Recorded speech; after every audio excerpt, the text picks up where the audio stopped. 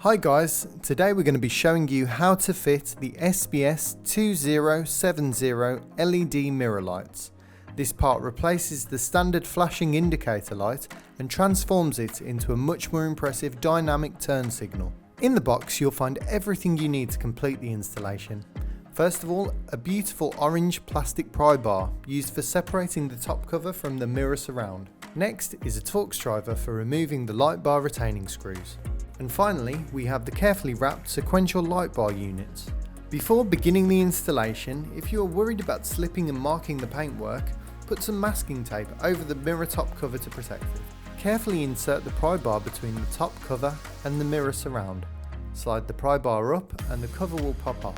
Remove the electrical connector. There's a small tag on the terminal which needs to be pressed to release it. Next, undo the two Torx headed screws to allow the light bar to be removed.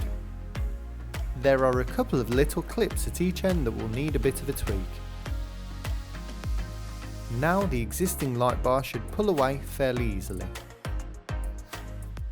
Grab the replacement light bar from the kit and offer up the rear lip onto the top cover into the rear frame and gently push back and down. You should then feel it click into place. Next, screw back in the two Torx screws and reinsert the electrical connector back into its original position.